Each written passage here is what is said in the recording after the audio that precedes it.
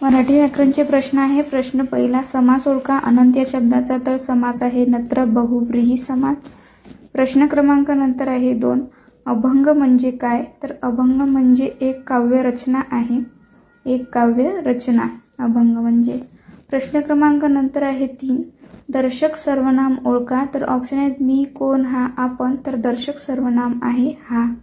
प्रश्न आहे 4, निश्चित सर्वनाम म्हणजेच की आत्मवाचक सर्वनाम कोणते यामधले? तर ऑप्शन आहे नीज, आम्ही, ते, आपण। तर उत्तर आहे आपण। प्रश्न 5, चपला या शब्दाचा समानार्थी शब्द ओळखा। ऑप्शन आहे जलद, कसर, पथ, वीज। तर उत्तर आहे वीज। प्रश्न 6, वेगळा शब्द ओळखा। ऑप्शन आहे ग्रंथ, पुस्तक, पोथी, पिशवी। उत्तर आहे पिशवी। प्रश्न 7, अज्ञान या सामासिक शब्दाचा समास ओळखा। ऑप्शन आहेत उत्तर आहे नत्र तत्पुरुष समास। प्रश्न आहे 8, क्रियापदाचा प्रकार ओळखा।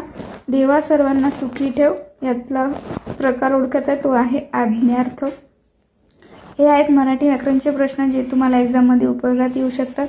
व्हिडिओ आवडल्यास व्हिडिओला लाईक करा, शेअर करा आणि सबस्क्राईब करायला नक्कीच विसरू नका। धन्यवाद।